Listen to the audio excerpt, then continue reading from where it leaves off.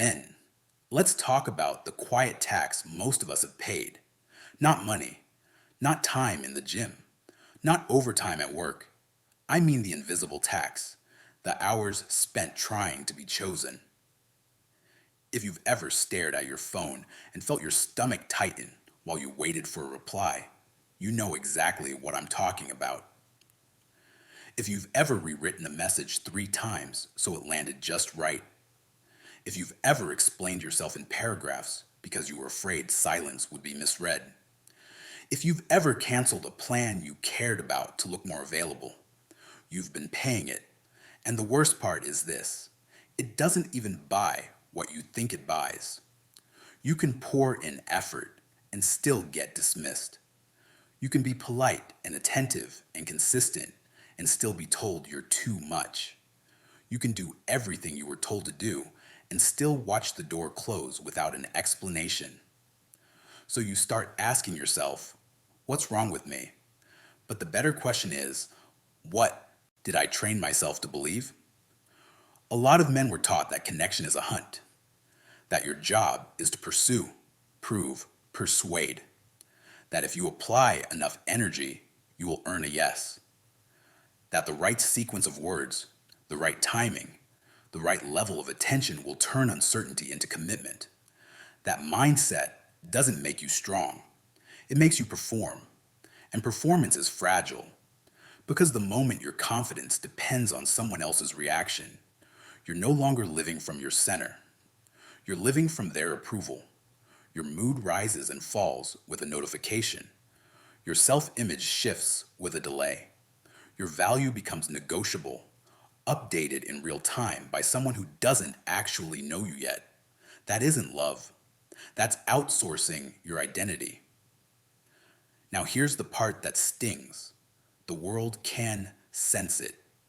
People can sense when you're trying to earn the right to exist in their life. They might not be able to explain it, but they feel it. It shows up in the tone of your messages, in the way you overclarify, in the way you rush to remove any possibility of misunderstanding. It shows up when you apologize for taking up space.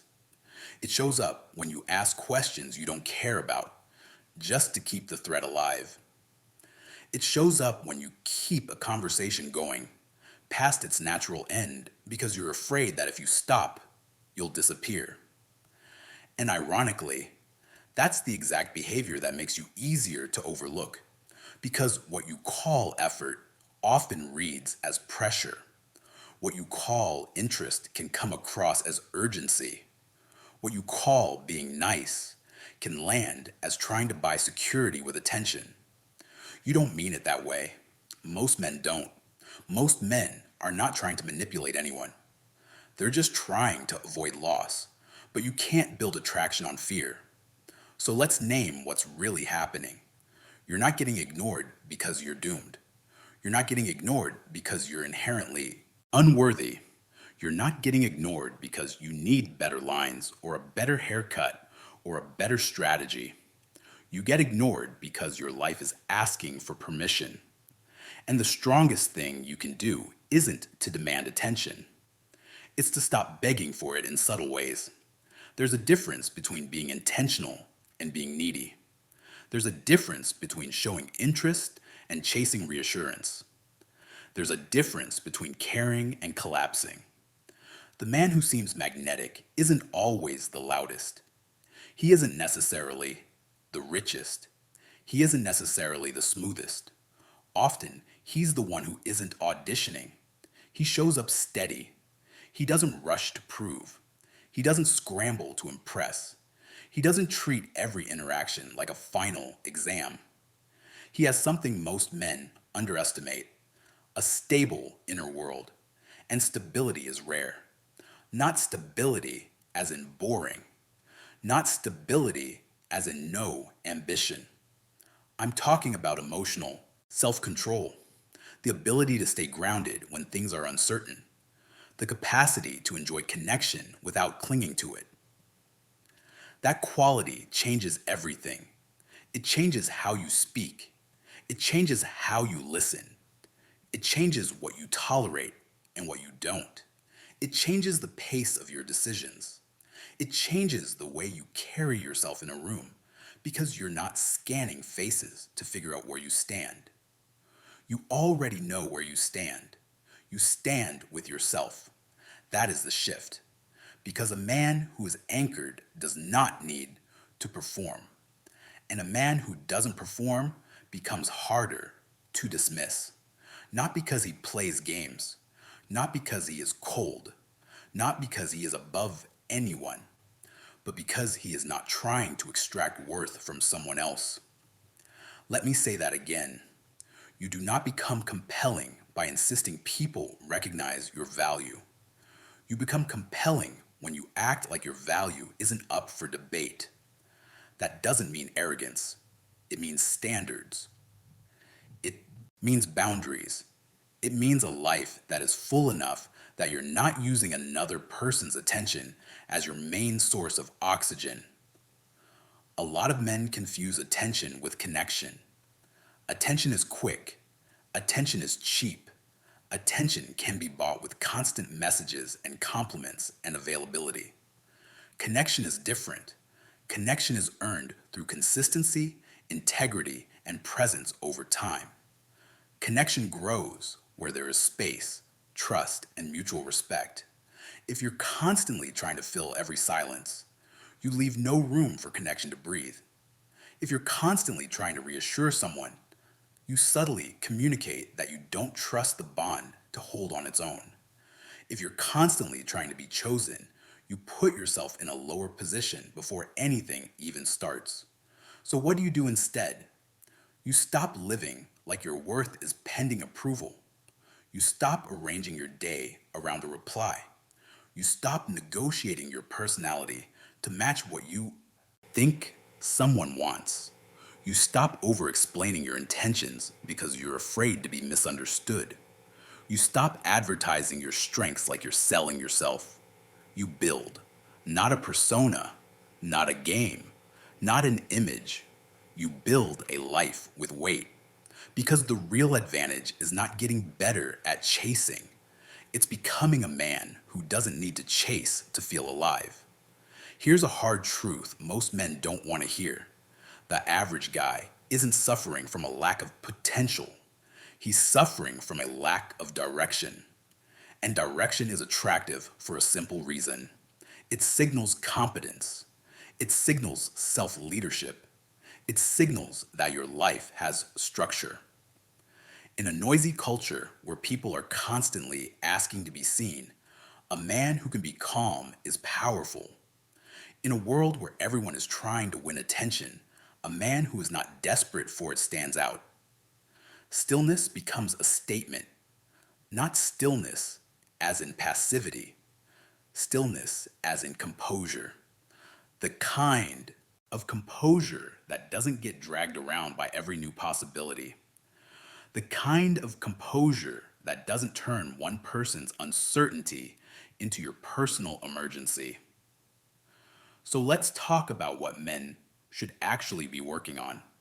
Not how to get her to text back, not how to be more mysterious, not how to act like you don't care. Those are surface questions. The deeper question is, do you respect yourself enough to be okay without immediate validation? Because that is where most men break. They have confidence when things are going well. They have confidence when they're being praised. They have confidence when they're getting the feedback they want. But confidence that depends on conditions isn't confidence. It's a mood. Real confidence is what you have when conditions aren't perfect. When you don't know where you stand yet. When you're not being rewarded. When you're not being chosen quickly. When you're alone with your thoughts and you still feel solid. That kind of confidence is built, not claimed. And it's built through discipline that nobody applauds. It's built through work that doesn't get likes. It's built through promises you keep to yourself. Because here's something no one teaches young men. Your self-respect has a memory. Every time you lie to yourself, you weaken it. Every time you say you'll do something and you don't, you weaken it. Every time you abandon your priorities to chase someone's attention, you weaken it. And every time you keep your word to yourself, you strengthen it. That's why the foundation isn't charm, it's character. Character is waking up when you said you would.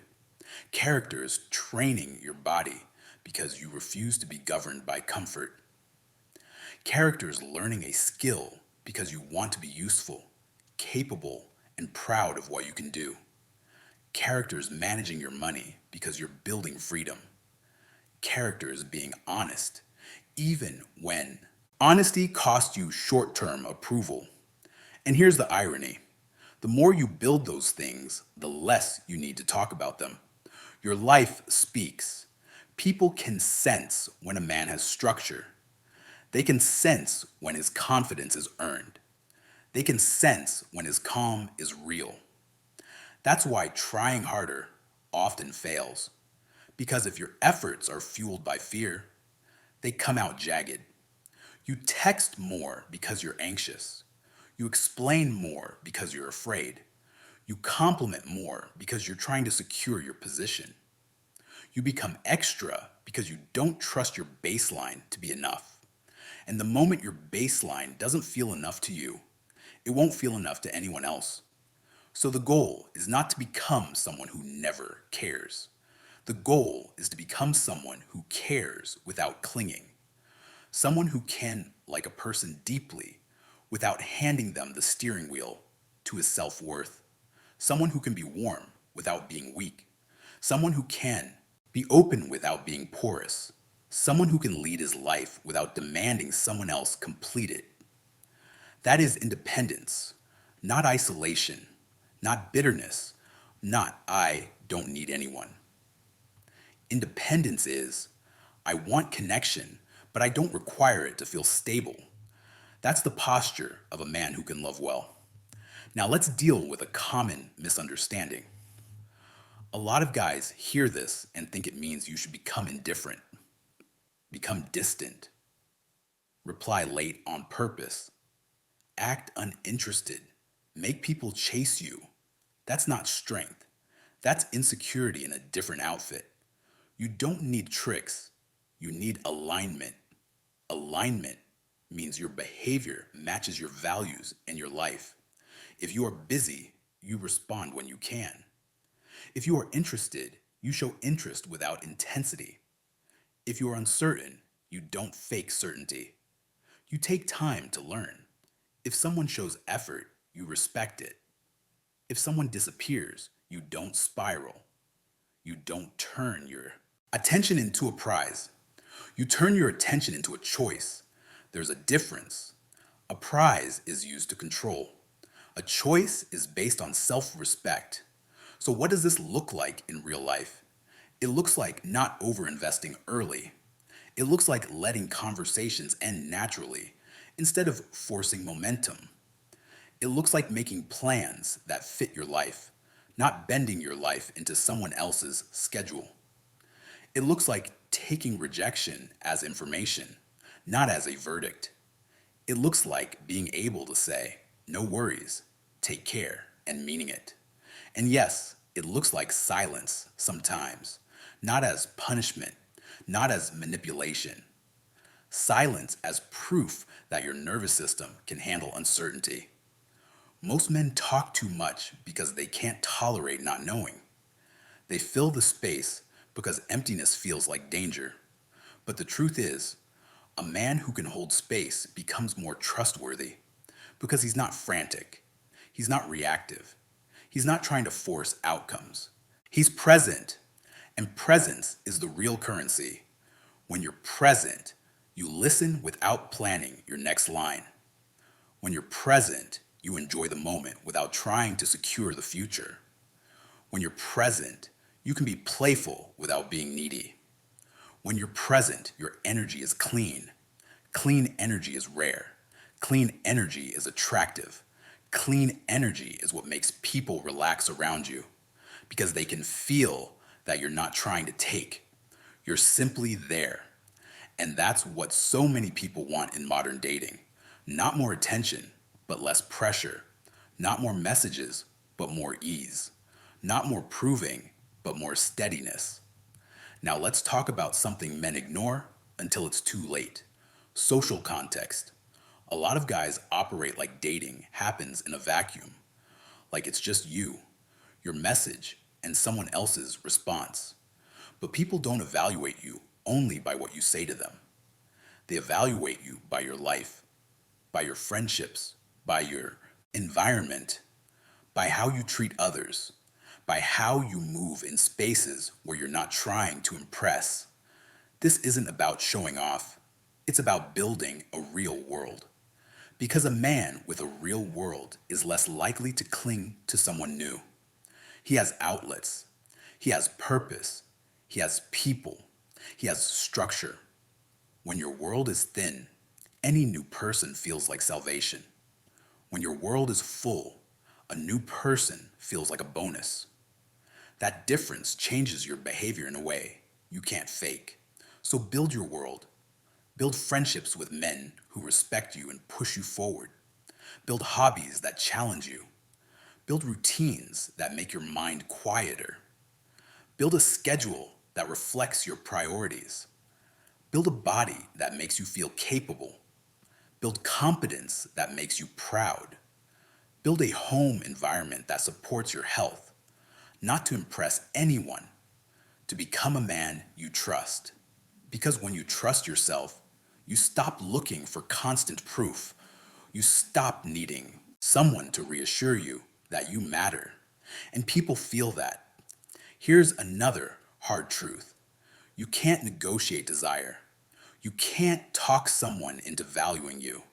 You can't out-effort someone's indifference. If someone is uncertain about you, you can give it time. You can be respectful. You can be consistent. But you cannot sell your way into a yes. And you shouldn't want to. The most dangerous pattern for men is trying to convert lukewarm interest into commitment by over-delivering.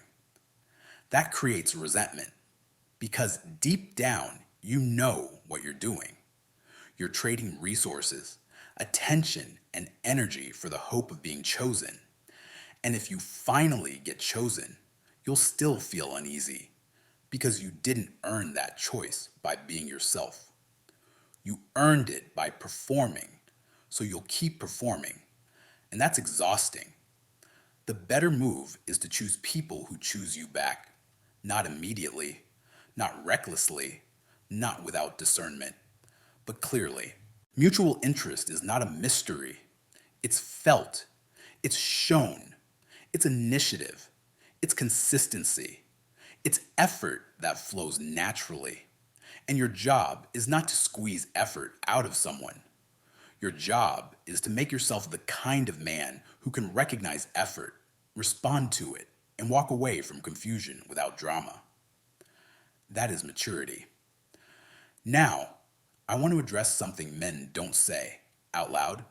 A lot of guys are lonely. Not just, I wish I had a girlfriend, lonely. I mean a deeper loneliness. The loneliness of not feeling respected.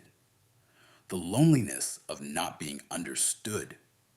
The loneliness of having to pretend you're fine while you're quietly desperate for a sign that you matter. If that's you, I'm not here to mock you.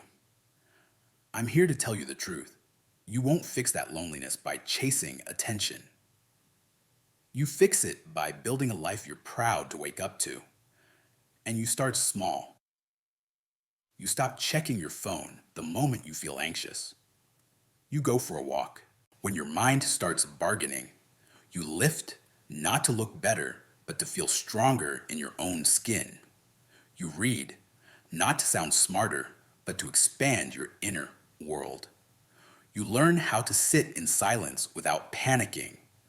You learn how to be alone without collapsing. That is emotional strength. That is the muscle most men never train. And it matters more than your looks, because your mind will follow you into every relationship you ever have. If you're chaotic inside, you will eventually create chaos outside.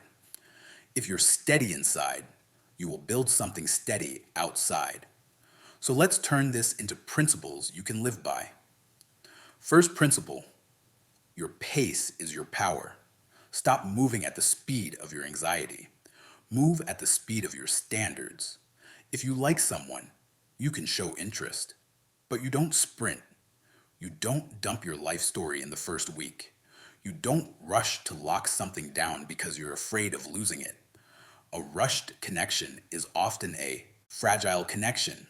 Strong things can breathe. Second principle: attention is not love. Don't confuse constant communication with intimacy.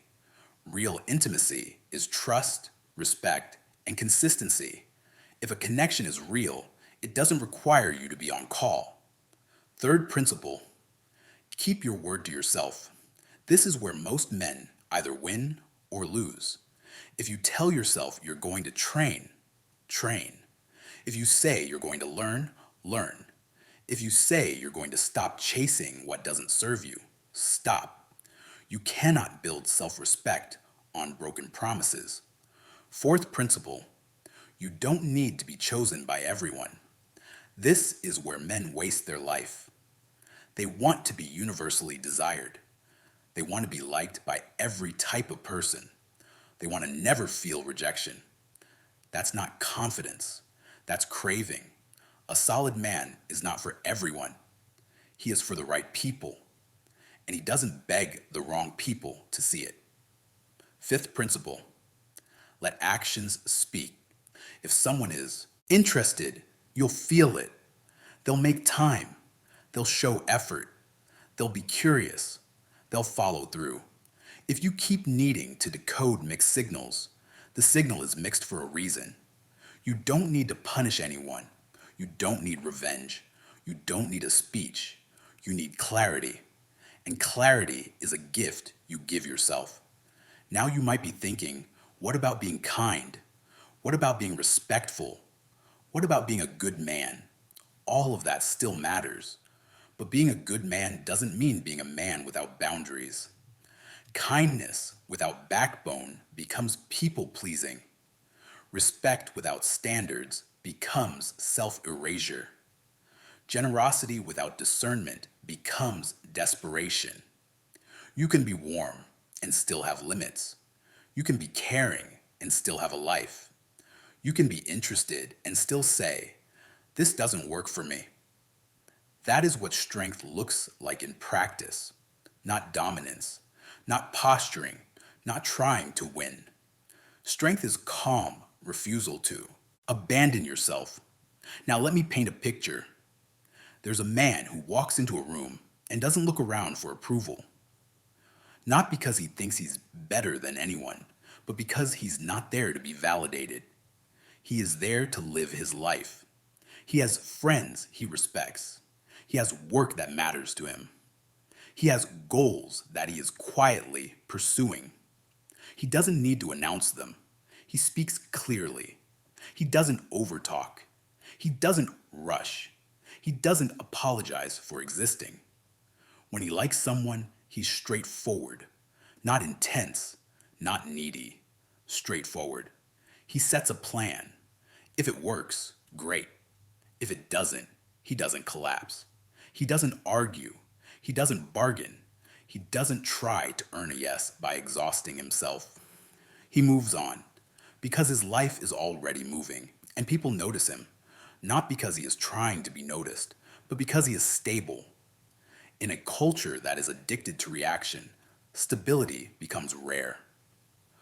Rare becomes valuable. Valuable becomes attractive. This isn't about women as a single group. People are individuals. Preferences differ. Maturity differs. Readiness differs. But across the board, healthy people respond well to grounded energy. Because grounded energy is safe, and safety is underrated. Not safety in the sense of being boring or predictable.